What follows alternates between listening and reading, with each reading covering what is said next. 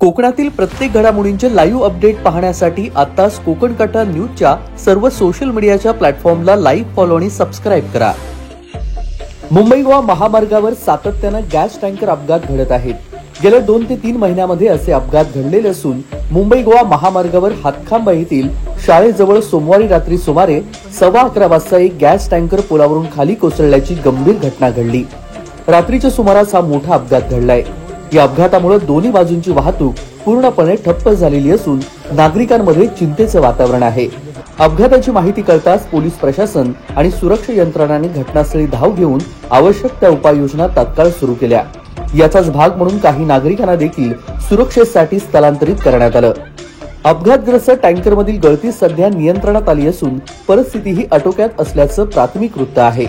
घटनास्थळी पोलीस बंदोबस्त वाढवण्यात आला असून हातखंबा तिट्यावरून जाणाऱ्या सर्व वाहनांची वाहतूक हातखंबा तिटा येथे तत्काळ थांबवण्यात आली। पोलीस निरीक्षक विवेक पाटील या ठिकाणी नियोजन पाहत आहेत। वाहन चालकांसाठी पर्यायी मार्गाने जाण्याचे आवाहन करण्यात आले असून हातखंबा ते लांजा मार्गासाठी कुवारबाव मार्ग खुला करण्यात आला। कोल्हापूरकडे जाणारी वाहतूक बावनदी मार्गे वळवण्यात आलेली आहे। दरम्यान हातखंबा पालीमार्ग वाहतुकीसाठी पूर्णतः बंद करण्यात आलाय। गॅस लिकेज झाल्याची प्राथमिक माहिती समोर आल्यानंतर स्फोटाचा धोका असल्याने त्या ठिकाणी सतर्कता बाळगली जाते। यंत्रणा कार्यान्वित झालेली आहेत। खबरदारी म्हणून मुंबई गोवा महामार्गावरील दोन्ही बाजूची वाहतूक पूर्णतः बंद करण्यात आलेली आहे। नागरिकांनी या परिसरात न जाण्याचं आवाहन पोलिसांनी केलंय। मात्र या पलटी झालेल्या टँकरमधून गॅस रिकामा करण्याची प्रक्रिया सध्या सुरू आहे, त्यामुळे महामार्गावरील वाहतूक अद्यापही बंद राहणार आहे। मुंबई गोवा मार्गावर हातखंबा येथे 18 मेट्रिक टन एलपीजीचा गॅस टँकर जो आहे प्रायव्हेट कंपनीचा तो पलटीहून खाली पुलाच्या खाली पडलेला आहे। त्यामध्ये गॅस जो आहे लिकेज होत होता।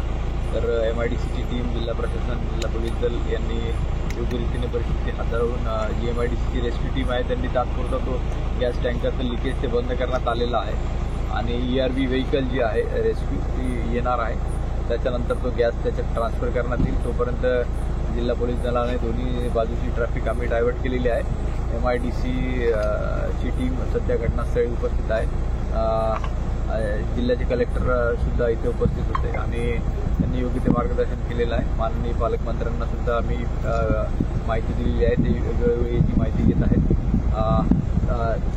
ERV व्हेकल येऊन ते पूर्णपणे गॅस ट्रान्सफर झाल्यानंतर मुंबई गोवा मार्गावरची वाहतूक जी आहे ती सुरळीत करण्यात येईल। साधारण किती तासानंतर ही वाहतूक सुरू होईल? काय ERV व्हेकल आलेली नाहीये, त्याला 5 ते 6 घंटे साधारणतः लागतात। आल्यावरती रेस्क्यू टीम पूर्णपणे आढावा घेऊन त्यानंतरच ती गॅस टँकर पूर्ण खाली झाल्यानंतरच आम्ही ती वाहतूक सुरळीत सुरू करू।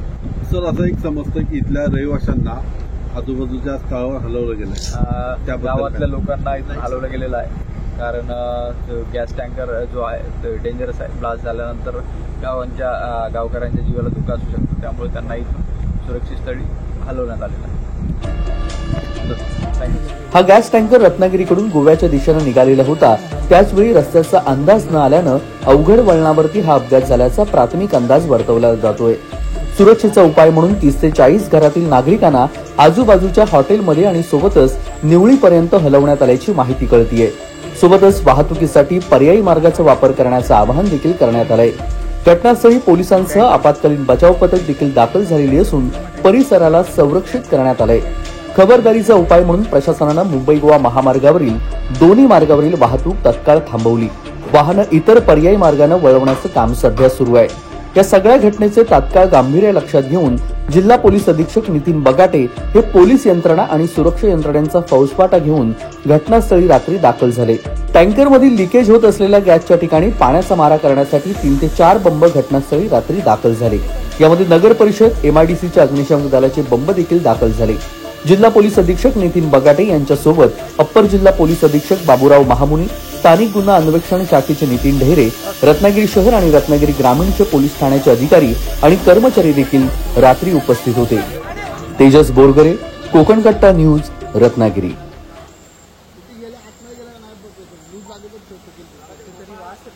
हो सर, मॅडम पहिला लीक झालेला आहे ना, तो पहिला लीक झालेला आहे ना, बराच वेळ राहतो गाव आहे खाली।